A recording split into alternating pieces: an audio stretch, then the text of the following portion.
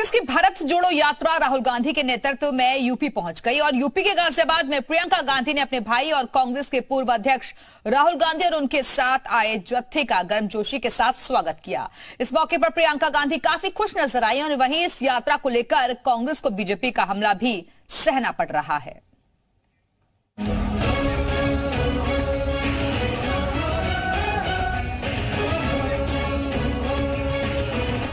भारत जोड़ो यात्रा 9 दिनों के ब्रेक के बाद 3 जनवरी यानी आज से दिल्ली से एक बार फिर शुरू हो गई।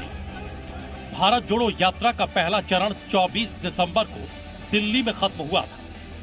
मंगलवार को दिल्ली के प्रसिद्ध मरघट के हनुमान मंदिर से यह यात्रा सुबह करीब 8:30 बजे रवाना हुई।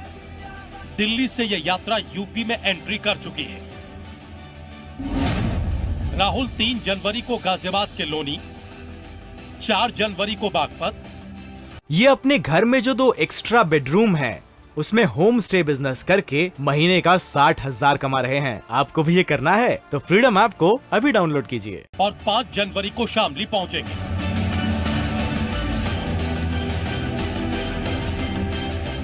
कांग्रेस की इस यात्रा में राहुल गांधी के साथ उनकी बहन प्रियंका गांधी भी कंधे से कंधा मिलाकर चलती दिखाई दी। यात्रा के दौरान राहुल और प्रियंका ने एक बार फिर से प्यार का पैगाम वाला बयान देकर बिना नाम लिए बीजेपी पर निशाना साधा। पहचानिए, एकता में ही आपका विकास है। सब साथ चलिए, पूरे देश भर में ये पैगाम ले जाइए, एकता, सद्भावना और प्यार का। हम इस देश को बचा के रखेंगे, इस देश को विकसित बनाएंगे और नौजवानों को अपना हक दिलवाएंगे। कन्याकुमारी से शुरू हुई कांग्रेस की भारत जोड़ो यात्रा आज वहां से गुजर रही है जहां से दिल्ली की सत्ता गुजरती है। यूपी की जमीन से अपने सियासी वजूद को खो चुकी कांग्रेस पार्टी को राहुल गांधी की भारत जोड़ो यात्रा से काफी उम्मीदें हैं। राहुल गांधी की भारत जोड़ो यात्रा ने नए साल में यूपी की राजनीति को नई हवा दी है, लेकिन यूपी में एंट्री से पहले ही इस यात्रा को लेकर सियासत भी शुरू हो गई है। बीजेपी राहुल की इस यात्रा को लेकर एक बार फिर तंज कस रही है। कांग्रेस पार्टी और उनके नेता बुरी तरह से डिरेल्ड हैं। वो कांग्रेस को जोड़ने के लिए निकले हैं और कांग्रेस खंडित खंडित होकर के कई टुकड़ों में बंट चुकी है। अंतर्विरोध है और भ्रष्टाचार के आकंठ में डूबी हुई पार्टी होने के कारण उत्तर प्रदेश और देश के लोगों ने इन्हें हाशिए पर धकेल दिया है। उत्तर प्रदेश में कोई फर्क नहीं पड़ेगा, ये बात स्वयं राहुल गांधी जानते हैं, क्योंकि अमेठी से वायनाड भाग करके वही गए हैं। दरअसल अगले साल लोकसभा के चुनाव हैं और कांग्रेस की इस यात्रा को लोकसभा चुनाव की तैयारियों से जोड़कर भी देखा जा रहा है। सियासी जानकारों का मानना है कि भारत जोड़ो यात्रा से न केवल कांग्रेस को बल्कि राहुल गांधी को भी फायदा मिलेगा। अब देखना यह होगा कि यात्रा के बहाने सियासी संजीवनी पाने की कोशिश में जुटी कांग्रेस को इसका कितना फायदा मिलता है।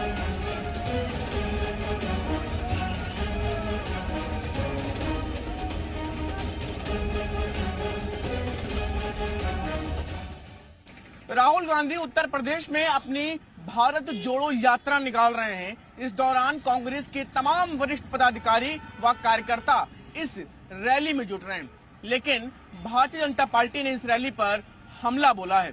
भाजपा ने कहा कि कांग्रेस पूरी तरह से हताश और निराशा से भरी हुई है। कैमरामैन अमर शाह के साथ शुभम पांडे, जी मीडिया, लखनऊ।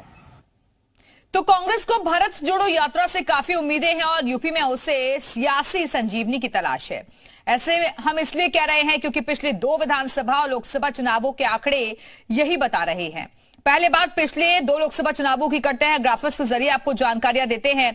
तो यूपी में कांग्रेस का प्रदर्शन किस तरीके का रहा है वो हम आपको बता रहे हैं। साल 2014-2019 67 सीटें लड़े और 67 सीट में से यहां 2 सीटें जीते। 1 सीट वोटिंग परसेंटेज यहां 7.5% रहा, जबकि 6.36% यहां पर दर्ज किया गया।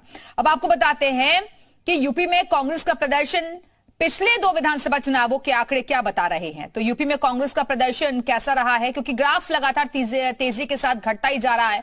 2017 की अगर हम बात करें तो यहां पर 114 सीट, 399 सीट और जीते 7 सीटें। 2 सीटें केवल। वोटिंग परसेंटेज का ग्राफ भी तेजी के साथ गिरा, जिसमें 6.25% और 2.33%। हालांकि जो ये भारत जोड़ो यात्रा चल रही है, इससे कांग्रेस पार्टी को काफी उम्मीदें हैं और अब यूपी में कांग्रेस पार्टी अब अपनी इस यात्रा के जरिए प्रवेश कर चुकी है। ये अपने घर में जो 2 एक्स्ट्रा बेडरूम हैं, उसमें होम स्टे बिजनेस करके महीने का 60,000 कमा रहे हैं। आपको भी ये करना है तो फ्रीडम ऐप को अभी डाउनलोड कीजिए।